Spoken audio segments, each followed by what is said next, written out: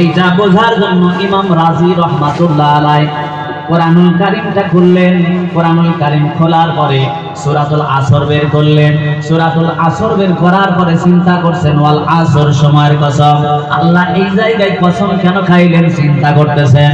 এমন চিন্তা করতে করতে ইমাম রাজি রহমাতুল্লাহ আলাইহি বলেন, আমি চিন্তা করতেছিলাম আমার এই জীবনে আমি আল্লাহকে খুশি করবার জন্য যেমন ভাবে ইবাদত করার কথা তেমন ভাবে হয়তোবা করতে পারি নাই, যেমন ভাবে নামাজগুলি আদায় করার কথা তেমনি ভাবে আদায় করতে পারি নাই। এই চিন্তা করতে করতে বলেন ওয়াল আসর, আল্লাহ বলছেন সময়ের কসম, সময় চলে যায়। এই জন্য ইমাম রাজি রহমাতুল্লাহ আলাইহি নিজেকে নিয়ে চিন্তা করতে করতে পেরেশানিতে পড়ে গেলেন। তার সমস্ত লোমকূপের গোড়া দিয়ে ঘাম প্রবাহিত হতে লাগলো। ইমাম রাজি রহমাতুল্লাহ আলাইহি ক্লান্তি দূর করার জন্য একটু বাজারের দিকে গমন করলেন।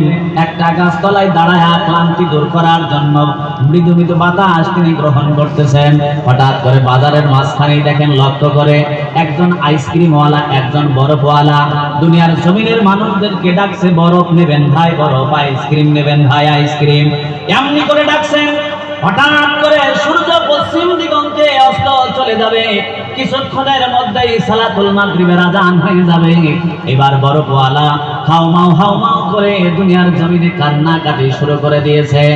ইমাম রাজি রহমাতুল্লাহ আলাইহি চিন্তা করলেন, কিছুক্ষণ আগে ব্যক্তিটা ভালো মানুষের মতো মানুষদেরকে আইসক্রিম নেওয়ার জন্য, বরফ নেওয়ার জন্য ডাকতেছিল, মানুষটার এখন কি হয়ে গেল যে কারণে মানুষটা এমন করে কান্নাকাটি করতেছে? কৌতূহল মনের মধ্যে জেগে গেল। ইমাম রাজি রহমাতুল্লাহ আলাইহি এক পা দু পা করে বরফওয়ালার কাছে, আইসক্রিমওয়ালার কাছে হেঁটে হেঁটে চলে গেলেন। ডাক দিয়ে বললেন, ভাই বরফওয়ালা, কেন কান্দো? তুমি কিছুক্ষণ পূর্বেই তো মানুষদেরকে আহ্বান করতেছিলে আইসক্রিম নেওয়ার জন্য, এখন কেন কান্দো? বরফওয়ালা ডাকতে বলতেছে, হুজুর আমি সকালবেলা আমার মূলধন মনে করেন 500 টাকা, এই 500 টাকা দিয়ে এই বরফগুলো ক্রয় করেছে, এটা আমার মূলধন। আর মনে মনে নিয়ত করেছি এই বরফগুলো, আইসক্রিমগুলো বিক্রি হলে 100 টাকা যা লাভ হবে এই লভ্যকৃত অংশ দিয়ে চাউল কিনবো, ডাউল কিনবো, তেল কিনবো, এইগুলো দিয়ে আমার সন্তান স্ত্রী পুত্রের মুখে আহার্য তুলে দেব। কিন্তু সকাল থেকে পর্যন্ত একটা আইসক্রিম, একটা বরফও বিক্রি হয় নাই। আর কিছুক্ষণের মধ্যে যদি আইসক্রিম, এই বরফগুলি যদি বিক্রি না হয়, সব গলে নিঃশেষ হয়ে যাবে, এক ফুট করে বরফগুলো গলে গলে নিঃশেষ হয়ে যাবে, আমার মূলধন নষ্ট হয়ে যাবে, আমার লভ্যকৃত অংশ আমি পাবো না, আমি আমার ছেলে পেলেকে নিয়ে না খেয়ে দুনিয়ার জমিনে মারা যাব। হুজুর এই জন্য আমি কাঁদি, কারণ আমার সব নষ্ট হয়ে যাচ্ছে, আমি ক্ষতির মধ্যে নিমজ্জিত। ইমাম রাজি রহমাতুল্লাহ আলাইহি বললেন, ও দুনিয়ার জমিনের মানুষেরা শুনে না, ইমাম রাজি রহমাতুল্লাহ আলাইহি এই বরফওয়ালার কাছ থেকে ওয়াল আসরের ব্যাখ্যা পেয়ে গেছি। জোরে জোরে বলেন মারহাবা। কষ্ট পাচ্ছেন আপনারা? কষ্ট পাচ্ছেন? তো জিকির করি, সুবহানাল্লাহ, আলহামদুলিল্লাহ, লা ইলাহা ইল্লাল্লাহ, লা ইলাহা ইল্লাল্লাহ, লা ইলাহা ইল্লাল্লাহ, লা ইলাহা ইল্লাল্লাহ, সুবহানাল্লাহ, আলহামদুলিল্লাহ, লা ইলাহা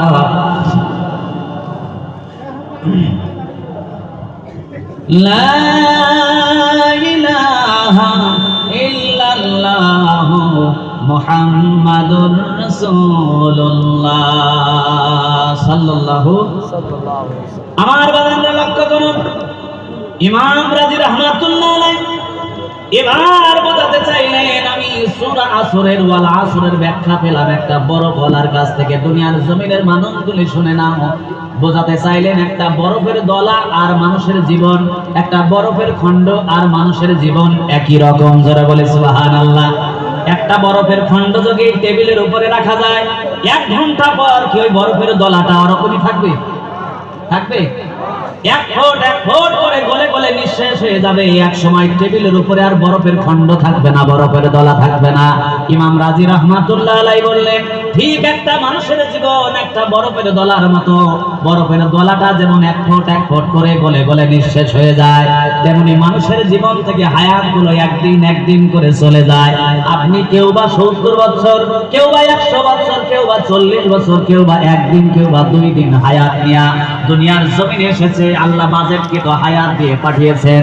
এখন মনে করেন বোঝার জন্য বলছি, আমি 40 বছর হায়াত নিয়ে আল্লাহ দুনিয়ায় পাঠালেন, আজকে জন্মগ্রহণ করেছি, আগামীকাল যখন আমি পৌঁছাবো, আমি আমার জীবনে আর পাবো 39 বছর 11 মাস 29 দিন। হিসাবে ভুল হয়েছে নাকি? ভুল হয়েছে?